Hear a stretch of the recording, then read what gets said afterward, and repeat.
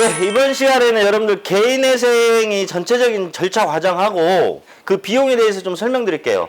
이거는 제가 기존 영상에서 개인회생 절차에 한 가지 영상을 올려놓은 것도 있고 개인회생 비용에 대해서 한 가지 올려놓은 것도 있어요. 근데 이걸 왜 내가 다시 찍냐면 제가 하도 많이 찍으니까 이제 할 내용이 없어요. 할 내용이 없어서 이걸 붙여서 한번 개괄적으로 설명드리도록 할게요. 자, 여러분들 개인회생 절차는 어떻게 되냐면 먼저 여러분들이 개인회생을 의뢰한 사무실을 먼저 물색해 보셔야겠죠. 근데 여기서 진짜 중요한 게 뭐냐면 사무실을 여러분들 선택을 하실 때 상담도 여러 군데서 해보세요. 물어보시고 몇 군데 그 의뢰하는 곳이 신뢰할 만한 곳인가 이런 거를 판단하셔서 결정하셔야 됩니다. 직접 안 가보시더라도 전화를 통해서 그쪽 사무실 전문성이 있는지 여부도 이제 살펴보셔야 되는데 여러분들이 몇 가지를 이걸 체크하셔야 돼요. 개인회생 관련 서류가 어마어마하게 많거든요. 이 개인회생 관련 서류만 이만큼 들어가요. 이게 수십 개가 들어가는데 절차를 진행하게 되면 그 관련 서류들을 본인 보고 다 직접 해오라는 사무실인지 아니면 사무실 자체 내에서 대부분은 다 발급을 해주고 본인이 직접 발급해야만 하는, 예를 들어서 인감도장이나 인감증명서요. 이 정도의 몇 가지만 가져오게끔 해주는 사무실인지 이거는 굉장히 중요합니다.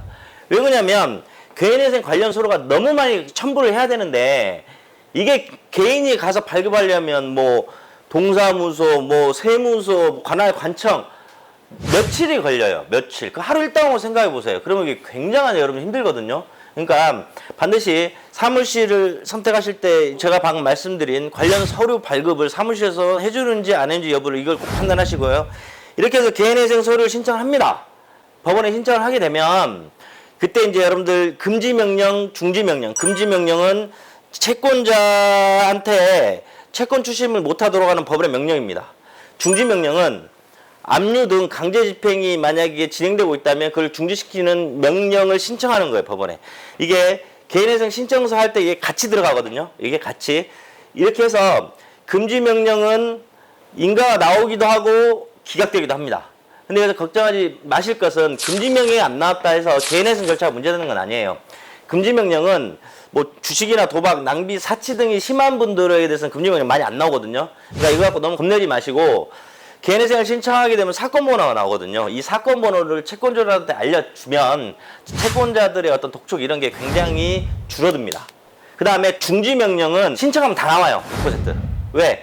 개인회생 절차 과정에서 강제집행이 진행돼서 채무자의 어떤 개인 재산 상태의 변동이나 이런 게 있으면 개인회생 절차가 힘들 거 아니에요? 그렇기 때문에 중지명령은 다 나옵니다.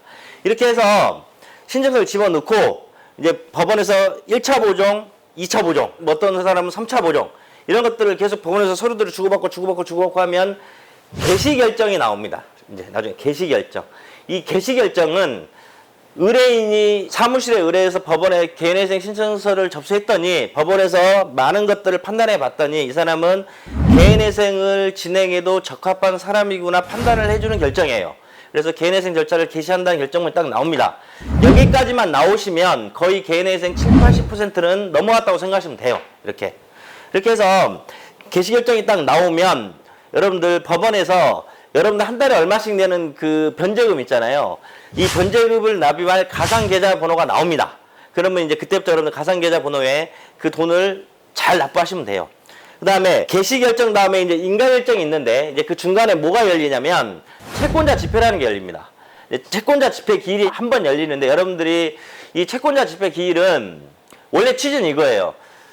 채권자도 오고 채무자도 오고 불만 있으면 다 얘기하라 이런 제도로 만들어진 것 같은데 실무상 채권자들은 거의 안 옵니다.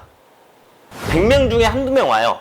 그러니까 이제 전국 법원에서 어떤 식으로 채권자 집회가 열리냐면 이제 채무자분들을 이렇게 세워놓고 이제 판사님이 누구 왔냐, 누구 오셨습니까, 누구 왔습니까 확인하고 예 하고 이제 거의 끝나는 정도 5분에서 10분도 안 걸리는 정도 형식적으로 이루어지고 있는 게 지금 실무입니다. 이렇게 해서 채권자 집회에서 특별한 뭐 이의 신청이라든지 이런 게 없으면 개인회생을 신청한 채무자 너는 한 달에 얼마씩 뭐 3년이면 3년 개인회생 변제금을 납부하는 것을 인가해준다 인가결정 딱 나와요. 그럼 인가결정 나온 후에 만약에 3년이면 3년 동안 그 돈을 잘 납부하시고 그다음 마지막에 법원에 3년 동안 변제금 다 납입했으니 남은 채무를 면책시켜 주십시오 하는 면책 결정을 해달라는 신청서를 법원에 제출하고 법원에서 그 결정문이 나오면 그 결정이 신용정보원으로 송달됨과 동시에 나의 모든 과거의 기록들이 싹 지워집니다. 이게 개인회생의 절차입니다. 자, 그 다음에